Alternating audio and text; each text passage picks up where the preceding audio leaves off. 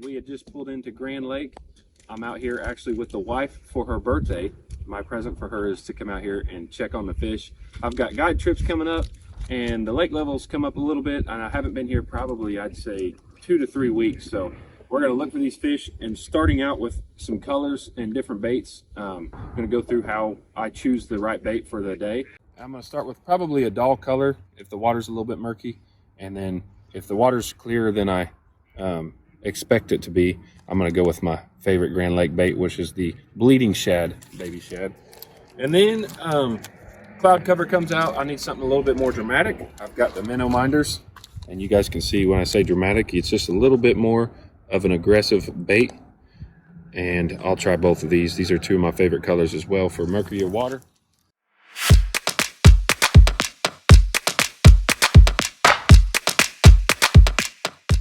So we just pulled into the back of a creek channel and we're checking for bait fish. That's the first thing I'm going to start looking for this time of year. The water temp's 52, so it's still a little cool. Last time I was here it was 46 to 48.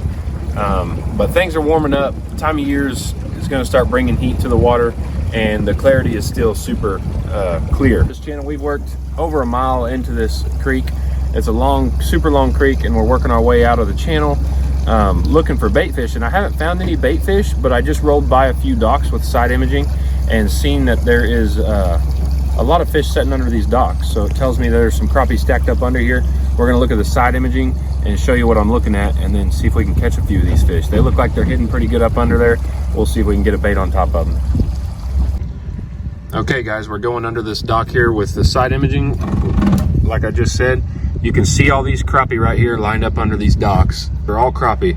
The reason I know that is they're stacked just like a Christmas tree, straight up and down. We're getting ready to go up under another dock here and look at it. We'll see if some more fish are under here. There should be. So like I said, we're just off the channel and we've seen a lot of nice, they're good sized fish sitting under this dock. And you want to go around 2.5 to 3.5 miles per hour under these docks to get a clearer image. Looks like I didn't look far enough under that one to get to the back of it. Okay, here we go. We got more fish coming up here.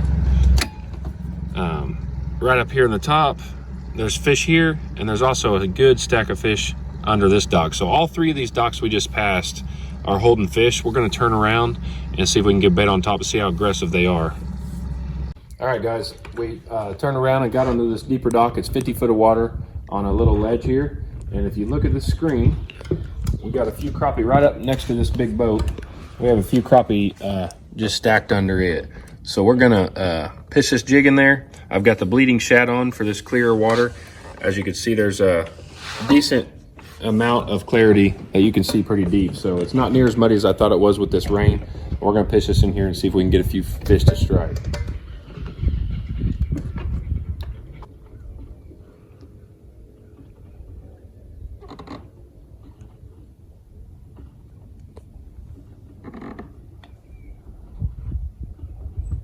Here comes one.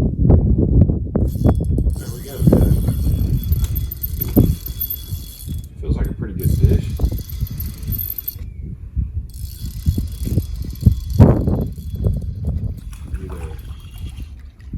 Nice fat fish. My goodness, they're looking healthy. Look at the belly on that thing. Nice, probably 11.5 inch fish, and gulping that bleeding shad, guys. Those fish actually moved on the other side of that boat, on the right side. They're just following that shade line. This is a nice fish here too. Look at that. Once again, look at the belly.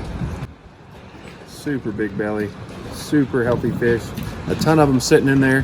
And once again, look at that bleeding shad. Right where they need to be hooked, top of the head there. Pop that out. Crappie Pro jig head. It does not get much better.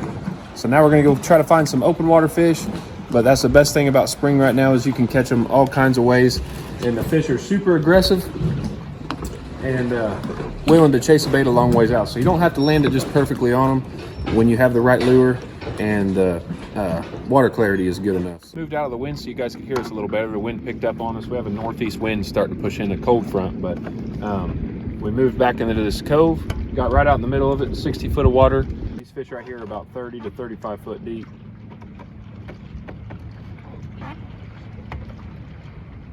Here comes a good fish.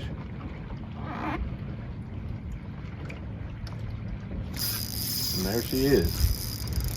So you can see the fish on the screen right here. We got a nice school of them there. And then I'm bringing this one up out of it, and this is what fish are laying under there. Super nice crappie. Again, just about as good as Grand Lake gets. These are super healthy. This fish will go about 12 to 13 inches.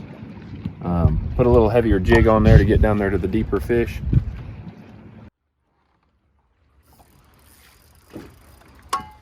Another nice little school right there.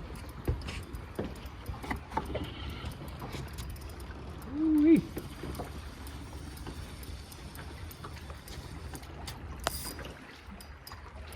Another nice healthy fish. Good Grand Lake slab. They got the good colors going. Like I said, that water's still clear right down here on the south end. Well, this would be a good one now. She's sitting about 40 foot deep. I could tell she was a good fish. Look at that, guys. Golly. Ooh. Don't know how much better it gets like that than a Grand Lake fish right there. That's a good one to end on. We have sat out here this evening in this cove out of the wind and just wore them out. Super pretty fish. They're starting to gain those colors with this clear water. The rain hasn't affected the south end as much, so we came out here just to, like I said, check for some trips coming up. And I think we could have a blast out here with these open water fish if you're looking for size.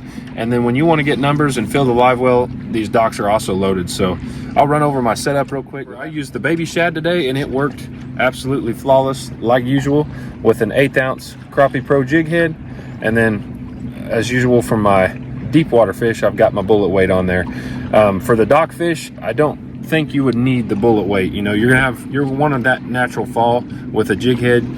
So just take the weight off the top and pitch it into those docks to catch those fish. But this pre-spawn pattern is a little wild right now. The fish are scattered a little bit everywhere, but hopefully with some warmer weather, everything will get lined out. These fish will start moving up, get up under these docks, get on this shallow brush, and you start crushing them out here. But as far as Grand Lake and the way it's looking super healthy.